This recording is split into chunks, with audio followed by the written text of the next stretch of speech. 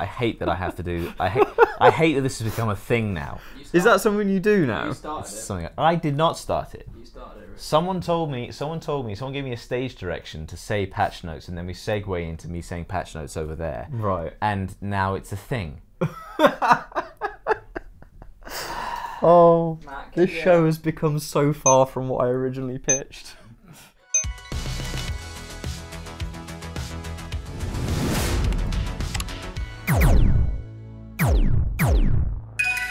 Hello YouTube, if that is your real name. Rich here.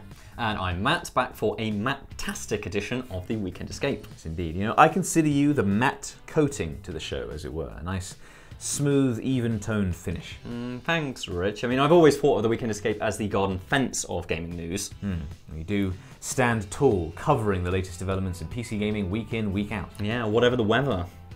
Hang on, garden fence? Are you calling me wooden? I put a lot of work into this presenting business, you know. I've taken classes. These teeth, they weren't cheap either. I think you're blowing all of this out, way out of proportion. Oh, you think you can blow me over like one of your garden fences? I see. Take this show for yourself. Not on my watch. Speaking of which, it's time for Overwatch. That's a segue, Matt. Did you know that? Did you see that? It's a presenting trick. You think I don't know about those, but I do. Look, wherever I did, I'm really sorry. I'm over it already. Takes more than a few harsh words to knock this old fence down. It's time for Retribution. What? Please don't hurt me, Rich. Not here on a family show. No, Retribution, the new PvE mode in Overwatch. It's been out for most of this week. I'm pretty sure you've noticed. Yeah, I know a thing or two about this, you know. Oh yeah? Tell the people. Well, it took them nearly a year to make. You're kidding. No, not at all. I wouldn't kid about anything as important as Overwatch. Apparently they started work on it as soon as they finished the last PvE event, Uprising. So what took them so long? Well, because Overwatch is built for PvP, it takes a lot of time to reshape it for co-op. A lot of the team at Blizzard obviously have worked on PvE games like WoW and Diablo before, so they like to lavish it with attention and make sure it's done right. And yet, after all that effort, Retribution will be gone again by May. Funny thing about that, it's the same experience with WoW that has led the Overwatch team to make it a timed event. Oh yeah? Tell me more. Well, in games like WoW, people clamour for more and more PvE content. It's never enough, right? Right. And if Retribution is permanent, Blizzard worry that it will create the expectation for more. There are a lot of games trapped into a cycle of giving players more and more and more. Fortnite, for instance. Epic have just added the Porter Fort to Battle Royale mode. How does that work then? Well, it's a grenade. You throw it, and wherever it lands, it spawns a prefab building. Perfect for emergency shelter or fights in the final 10. This should make building more accessible to new players. It's not easy to lay bricks when you're panicking under fire. Well, maybe not for you, or indeed me. Some players are worried, though, that the Porter Fort will lower the skill ceiling of Fortnite, what with building forming the end game of most matches. But since the grenades are rated epic in terms of rarity, it's not as if they're going to be popping up all over the place. On to the next upset then. Steam now makes your game library private by default. Yes, indeed. Now, this doesn't sound like a huge deal, but it really, really is. Yeah, it makes it very difficult for anybody outside of Valve to track sales. If developers want to find out how games in a certain genre are doing, well, they can't. Not in this way anyway. Yeah, and you can see why this would be useful. Cliffy B, for example, must have had an idea of how well Battle Royale games were selling before his team started work on Radical Heights. I think that's a fair assumption, yeah. I mean, that game literally has a $sign in the logo. Did you hear that? Ah yes, the sound of money. I think they're right about Retribution, you know. Having a new mode pop up in a game that you love for a limited time, that's exciting. Let's have a look at some of the best optional PvE you can play in a PC game. Ever wondered where Fortnite got its name? Given that Battle Royale often takes place during the day and doesn't give you scope to build more than a 6-story shed? Well, back in the mists of 2017, Fortnite wasn't a competitive game at all. Instead, it was a co-op adventure about scavenging a map for materials. You put together a fortress filled with traps and called in waves of zombies to test your defences. Since then, it's been overshadowed by its more Drake-friendly counterpart. But it's still worth shelling out for Save the World mode and pushing past the progression nonsense. This is one part of Fortnite that PUBG doesn't have an answer for. John Malkovich, Ron Perlman, David Tennant, Jeff Goldblum. Hollywood agents must be into military shooters because A-list actors are all over COD Zombies. This has to be the most expensive PvE mode ever conceived, and it's probably the wildest too. The best version remains Black Ops 3's take on the formula, the noirish shadows of evil. Gather components for a magical ritual to stop a Lovecraftian nightmare alongside, and I can't stress this enough, Jeff Actual Goldblum. Even among the undead, life finds a way. Do you happen to know if our life insurance policies are fully paid up? No, no, I can assure you, I'd never, ever think of taking such a course of action. No, I just want to make sure that our fares are, League of Legends' Doom Bots of Doom is a featured game mode, also known as a Nightmare mode. They know how to name them alright.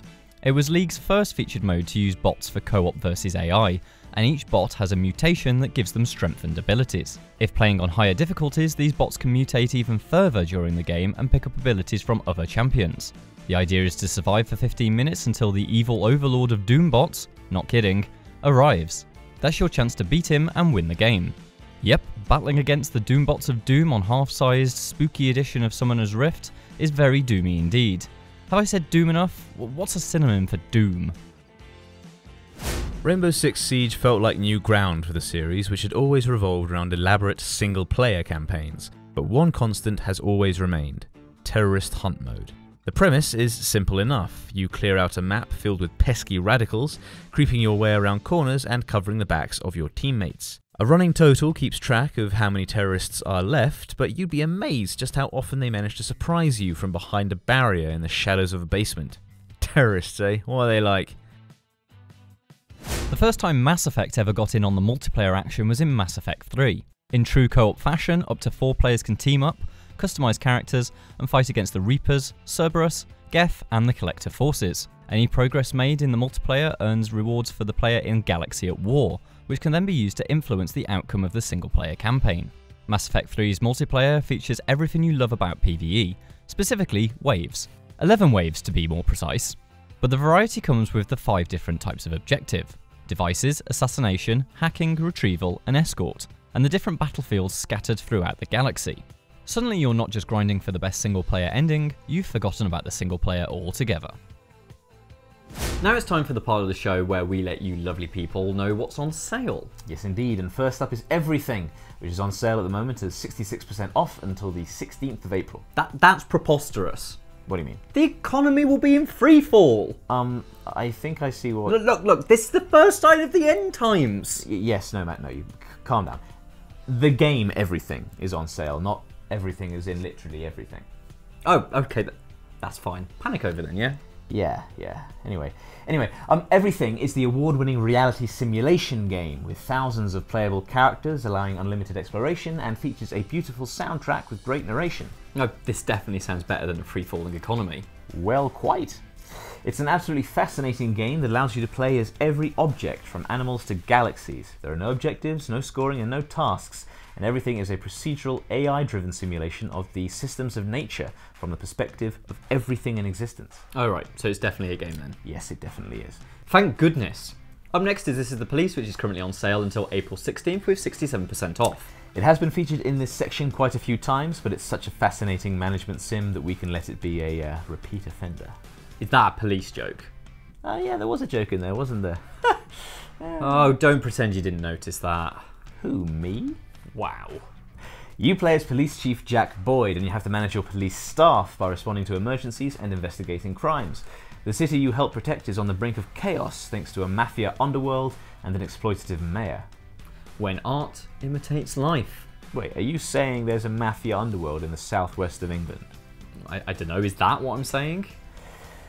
In This Is the Police, you might be responding to a crisis at a crime scene, dodging questions in the press room, or sometimes giving a statement in a witness box. As Jack Boyd, you're going to want to keep everything neat and tidy for just long enough that you're able to get a comfortable retirement nest egg. I'd like a comfortable retirement nest egg, I think. Not a nest egg, but a good deal. Sins of Solar Empire Rebellion Ultimate Edition on sale now until the 16th of April with 75% off. It's one of those 4X games. One of those. As if it's not already an incredibly popular genre. Damn right, it's an incredibly popular genre, and like my favourite 4X game of all time, Alpha Centauri, this one is set in space. Yeah, in Sins of Solar Empire Rebellion, you take the battle for galactic supremacy to the highest level. It mixes tactics of real-time strategy with the vastness of 4X genre. Explore, expand, exploit, and exterminate. Hey, all those words begin with E, so why are they not called 4E games? Is that really the most important thing here? I guess not, but it's been bothering me. No, it's not. It's the follow-up to the award-winning real-time strategy game Sins of a Solar Empire. There are new factions, Titan-class warships, capital ships, updated visuals, victory conditions, audio, and super helpful tutorials. You can play it with friends too, since it's in multiplayer. Well, you can. What do you mean? I don't have friends. I have colleagues. Can't trust friends. Who hurt you? Well, I can tell you what's never hurt me, and that's patch notes! That's right, it's time for Too Long Didn't Read, TLDR. This is the segment of the show where we describe to you the patch notes for 2 recently updated games, and we artificially try and make it competitive by giving ourselves time limits and things like this. Yeah, luckily we don't have any cheaters in the room today. True, yes. This will be fair and honest. Both of us have actually tried to memorize our patches.